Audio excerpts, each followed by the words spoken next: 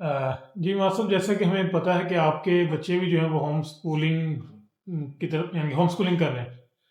दूसरे ओर लेके हम ये सुनते हैं या हमारा जो एक ऑब्जर्वेशन है लोगों की कि बच्चा जो है जब स्कूल जाता है दूसरे बच्चों के साथ इंटरेक्शन करता है, बाहर निकलता है तो देख देख के सीखते हैं एक दूसरे को। तो ये होम स्कूलिंग में क्या होता है, इसको थोड़ा हमें ज़रा गाइडेंस हमें दें इसके अंदर प्लीज़। देखिए, पहली बात तो ये है कि हम 5 बहन-भाई हैं, हम सारे भी होम स्कूल्ड हैं। ये बात सिर्फ़ औलाद तक नहीं है, मैं खुद भी होम स्कूल्ड हूँ, मेरे सारे हैं बहन-भाई भी होम स्कूल्ड हैं। तो ये सेकंड जनरेशन है हमारी जो होम स्कूलिंग के प्रोसेस से गुज़र रही है। दूसरी बात ये है कि जो होम स्कूलिंग मेरी हुई और मेरे बहन-भाइयों की हुई, मेरे सिब्लिंग्स की हुई, उससे हम एक जनरेशन में ऑलरेडी बहुत कुछ सीख चुके हैं। उसके फ़ायदे, उसके नुकसानात हम उससे गुज़र चुके हैं। अब मैं इस टाइम मैंने ये फ़ैसला क्यों किया कि मेरी औलाद होम स्कूलिंग के प्रोसेस से गुज़रे। देखिए, पहली बात तो ये है कि मैं ये समझता हूँ कि हर शख़्स की कुछ अपनी वैल्यूज़ होनी चाहिए। आपको ज़िंदगी वैल्यू बेस्ड गुज़ारनी चाहिए, अपने उसूलों पर, अपनी अख़लाक़ियात पर, अपनी ख़ानदानी इक़दार को डेवलप करते हुए।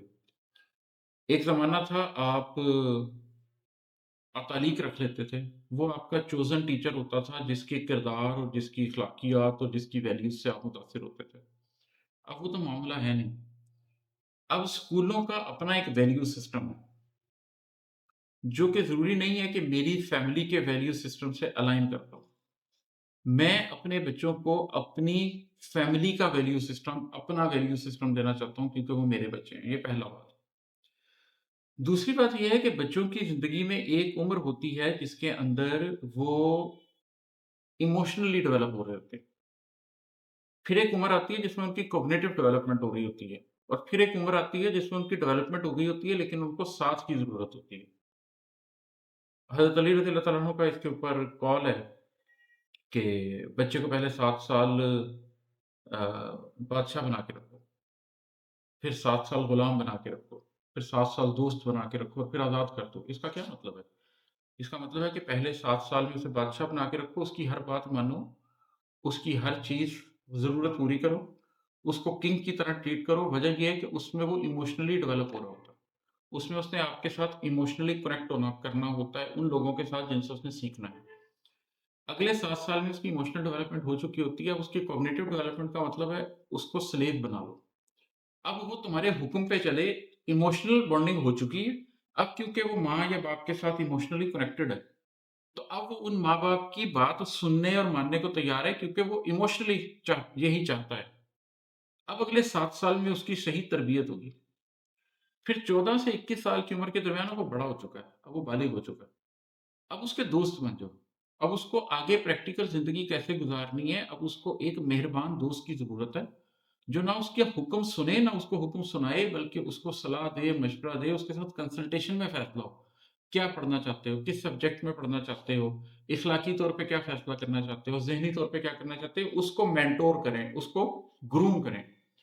21 साल का हो गया, अब आपने जो करना था, आप कर चुके हैं। अब उसने वही बनना है जो उसने बनना था। अब अगर वो शराबी है, तो आपने पहले 21 साल में क्या किया? और अब अगर वो वलीउल्लाह है, तो आपने पहले 21 साल में क्या किया? तो आप इस चीज़ को हाथ में रखना चाहते हैं और मॉडर्न बिहेवियर साइंस इस बात को मानती है कि पहले 7 साल में बच्चे का लिम्बस ब्रेन डेवलप हो रहा होता है। लिम्बस ब्रेन वो पार्ट है ब्रेन का जिसके अंदर इमोशनल इंटेलिजेंस होती है और अगर आप पहले 7 साल में बच्चे की कॉग्निटिव डेवलपमेंट स्टार्ट कर देते हैं, तो उससे उसके अंदर वो हार्डवेयर ही ठीक तरह से डेवलप नहीं होता। फिर आप 40 साल के बच्चे को इमोशनल इंटेलिजेंस, 40 साल के मैनेजर को इमोशनल इंटेलिजेंस पढ़ाने की कोशिश करते हैं, एम्पैथी पढ़ाने की कोशिश करते हैं, वो नहीं चलता काम। इसलिए कि बचपन में जो उसकी इमोशनल डेवलपमेंट की स्टेज थी, उसमें तो आप उसकी कॉग्निटिव डेवलपमेंट कर रहे थे। इमोशनल डेवलपमेंट के टाइम पे उसकी इमोशनल डेवलपमेंट करें, उस टाइम उसकी कॉग्निटिव नीड्स नहीं है। उस टाइम उसको स्कूल नहीं भेजना। उस टाइम उसको घर में रख के आपने उसकी इखलाकी तरबियत करनी है।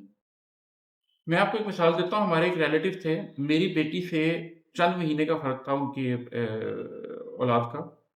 तो वन डे वी सॉ कि जी उसको एबीसी पूरी याद हो गई है और मेरी बेटी को ए भी नहीं याद। लेकिन because I knew all these philosophies मैं चुप रहा, मैंने कहा कोई बात नहीं। मेरी सोच ये थी कि ये लोग एक इमारत खड़ी कर रहे हैं बुनियाद बनाए बगैर, तो मैं खुश हो रहा हूँ, हैरान हो रहा हूँ कि ओहो! ये तो लैंटर तक पहुँच गए। मेरा कुछ भी नज़र नहीं आ रहा लेकिन मैं बुनियाद डाल रहा हूँ। घर पायदार मेरा होगा, क्योंकि मैं बुनियाद डाल रहा हूँ, उसका नहीं होगा जो लेंटर तक पहुँच गया और बुनियाद के बगैर दीवारें उसने उठा दी। और यही हुआ, बाद में सिचुएशन ये बनी कि जब मेरी बेटी उस एज पे पहुँची है तो उसने पूछा ये क्या है? हमने कहा ए। उसने ऐसे करके उसे देखा और कहती है ओके।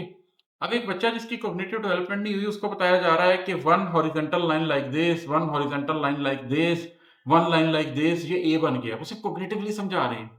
वेयरएज़ जिसकी कॉग्निटिव डेवलपमेंट हो गई है, उसकी मोटर स्किल्स डेवलप हो गई हैं, उसकी रैशनल स्किल्स डेवलप हो गई हैं, उसने सिर्फ ऐसे करके देखना कि ये क्या है, आपने कहना है ए, उसे याद कर लेना, काम खत्म हो गया, मोटर स्किल्स डेवलप्ड है, उसने लिख भी लेना। आप पढ़े लिखे हैं, आज मैं आपको जर्मन जर्मन लैंग्वेज का कोई अल्फाबेट दिखा के कहूँ कि इसका ये प्रोनाउंसिएशन, आप ऐसे देखेंगे, कहेंगे ओके। मैं कहूँगा लिख के देखो, आप लिख देंगे। आपको वो 500 दफा लिखने की जरूरत ही नहीं है, मिमिक्री करने की जरूरत ही नहीं है बंदर की तरह। आप बच्चे को वो टाइम दें, जब उसका वक्त आएगा वो सीख लेगा। उसका नतीजा ये निकला कि मेरी वो बेटी जो 7 साल की उम्र में फर्स्ट जमात में दाखिल हुई अपने ही घर में, वो भी स्कूल नहीं गई, 7 साल की उम्र में जिसको पहली जमात की किताबें लाके दी, उसने 13 साल की उम्र में ओ लेवल कर लिए। 13 साल में कौन सा बच्चा ओ लेवल करता है? ठीक है, ए प्लस और एस के साथ उसने ओ लेवल कर लिए। स्कूल में उसका जहां पर टॉप के बच्चों के बोर्ड में नाम लगे हुए, वहीं उसका नाम भी लगा हुआ। हमने उसको ओ लेवल में जाके स्कूल भेजा। ओ लेवल में जाकर वो बच्ची स्कूल में गई है।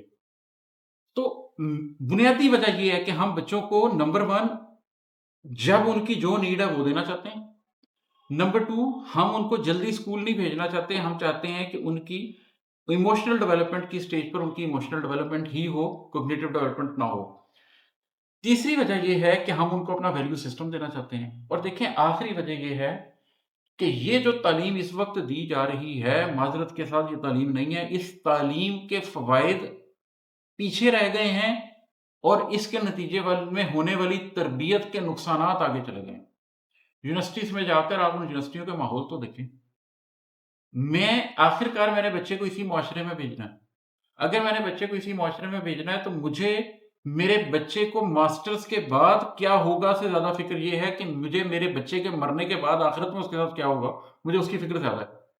मैं ये कॉम्प्रोमाइज तो करने को तैयार हूं कि मेरा बच्चा दुनिया में थोड़ा सा पीछे रह जाए। ये कॉम्प्रोमाइज करने के लिए तैयार नहीं हो कि वो आखिरत में पीछे रह जाए।